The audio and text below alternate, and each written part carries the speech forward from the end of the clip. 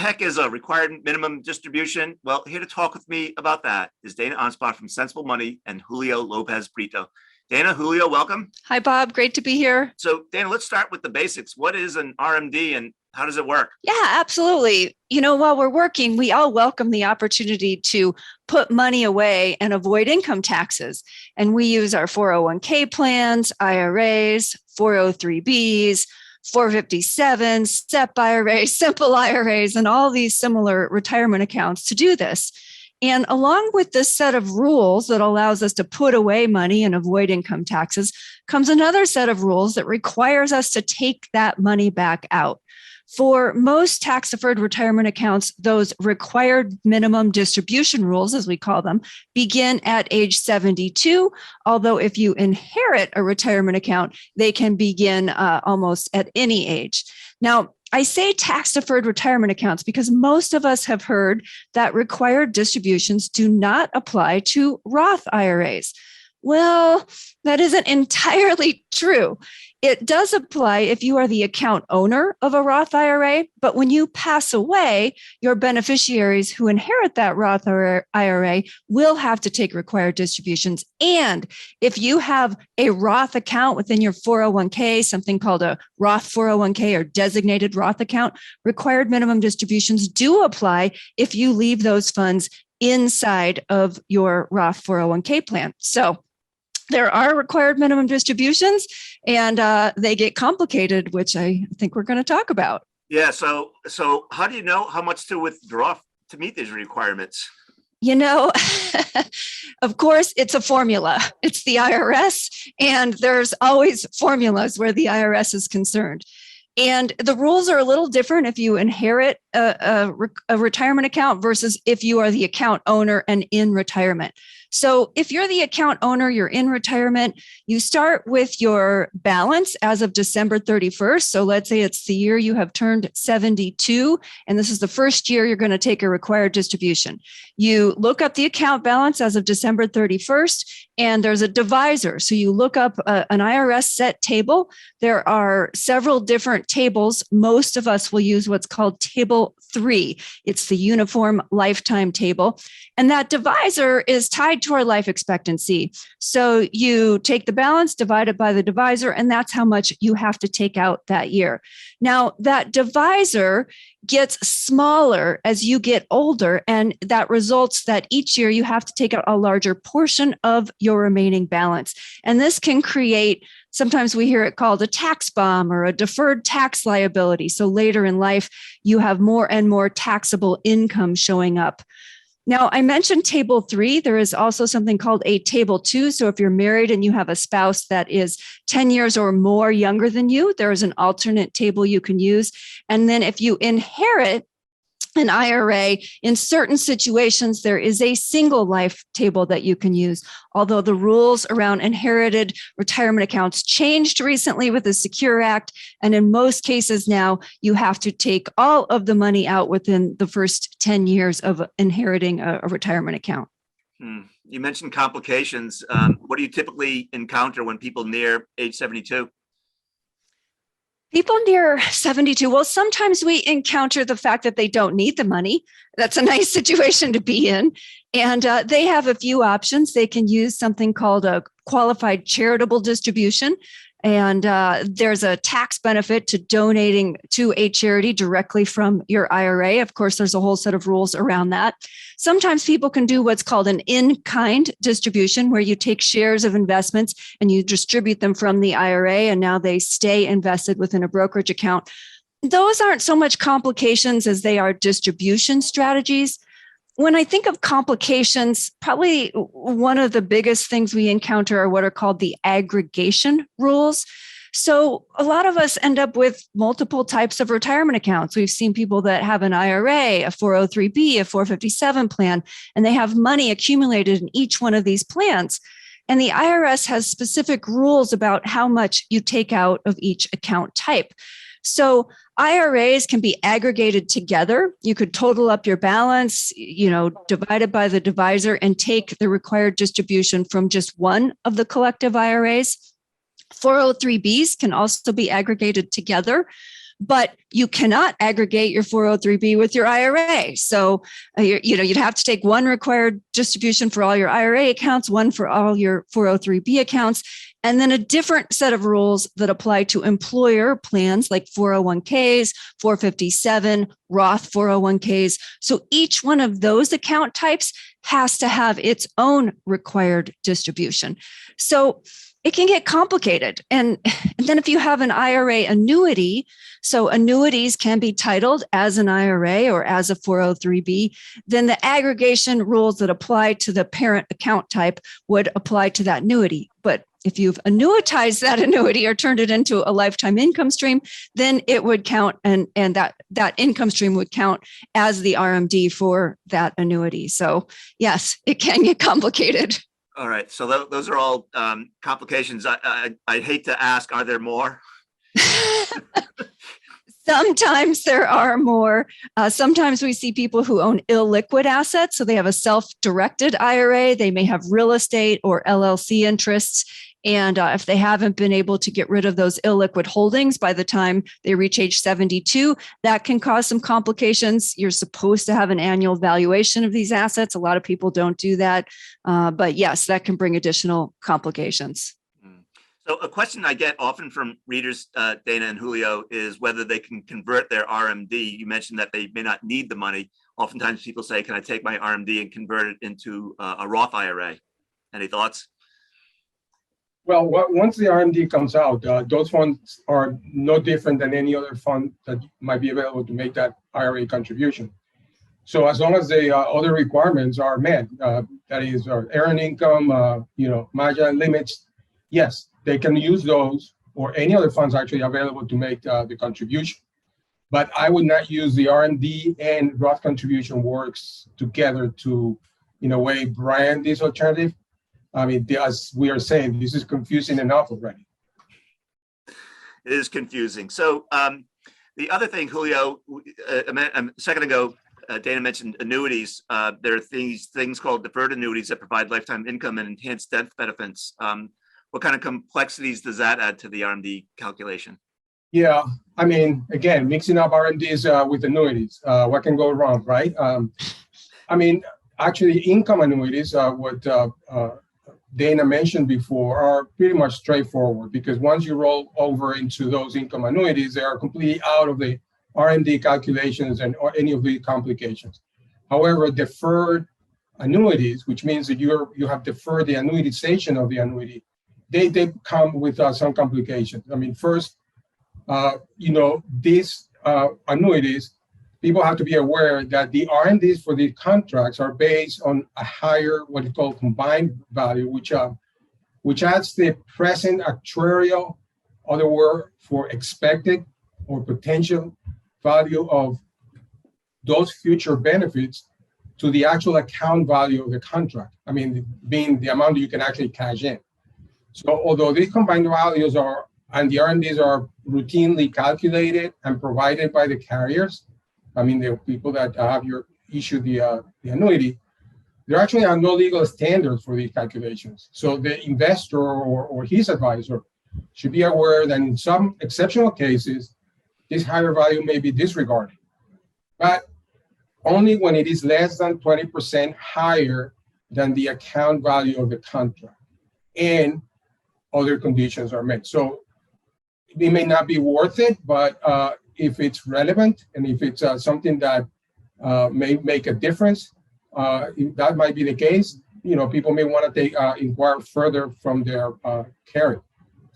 Also, in cases where, as we talk in these guaranteed income withdrawals are in the annuities, when these withdrawals from the IRA exceed the RMDs in that contract, which happens most of the time, that exit can be counted towards meeting the aggregated RMDs of all the other IRS the person may have, if any. So, for example, and this is loosely based on a client that we have. He has an RMD due from a rollover IRA, let's say $30,000. Then he has an RMD due from his IRA annuity in $5,000. So following the aggregation, you have to take $35,000 from the combined IRAs, right? Now, he's taking $15,000 as a lifetime income benefit guaranteed, okay? Now, so that means that he's taking $10,000 in addition to the $5,000 RMD.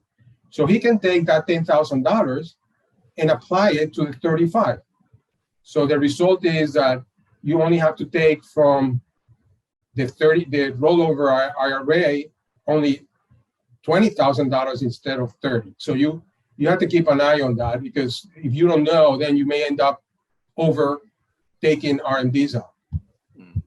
So Julio and Dana, just to be clear, the income and the annuity that you've described is different from, say, a qualified longevity annuity contract that someone might invest in their IRA or 401k, for instance.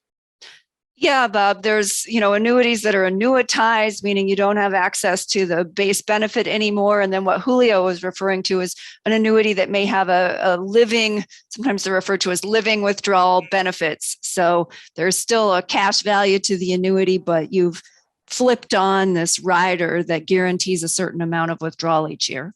Right. And with the QLAC, you may reduce your RMD perhaps in the short term, but not forever, right?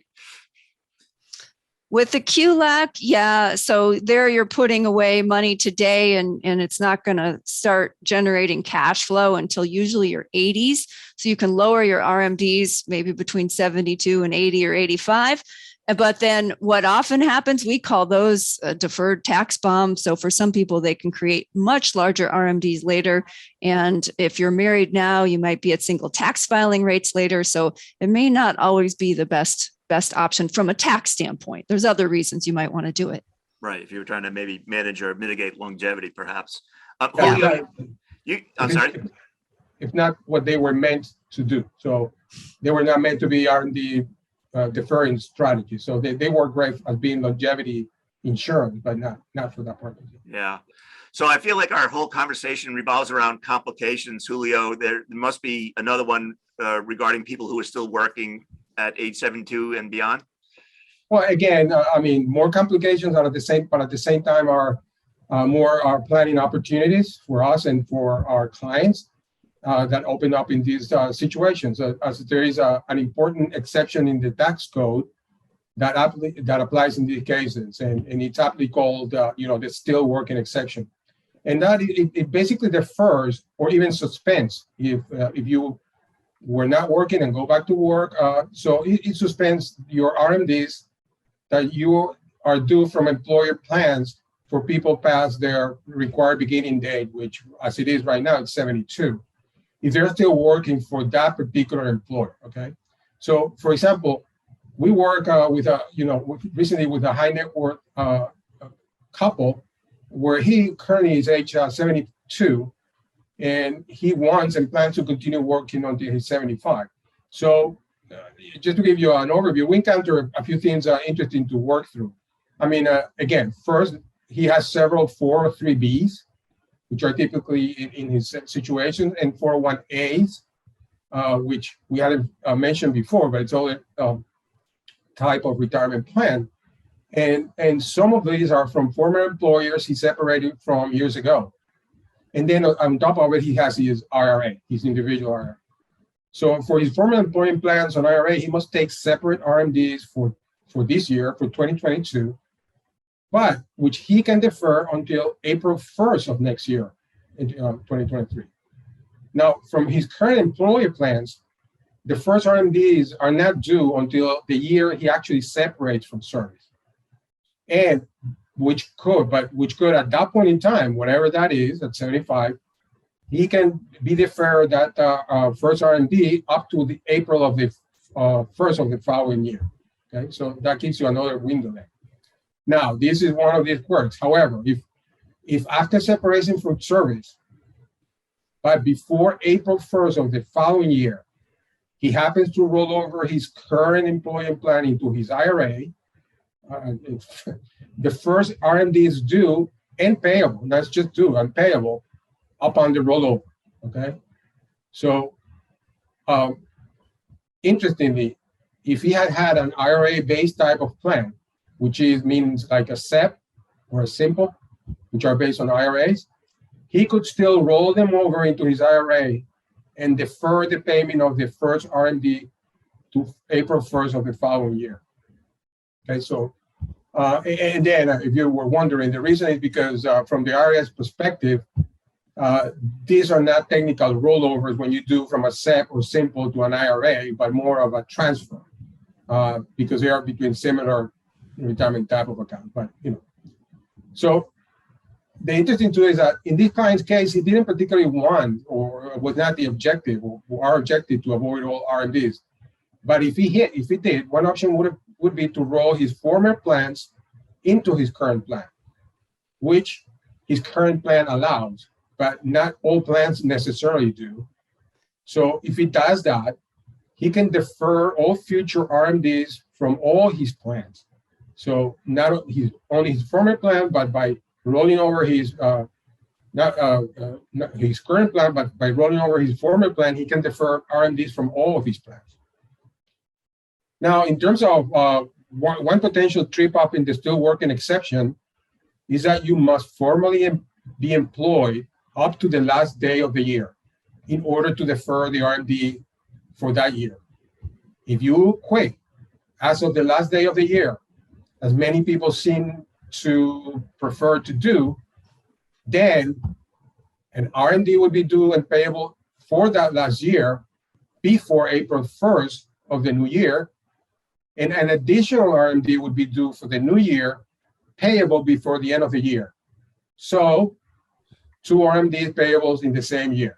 Okay, so if you had quit as of the end of the first day in the new year, only one day, officially say, I'm not retiring as of December 31st, I'm retiring as of January 1st.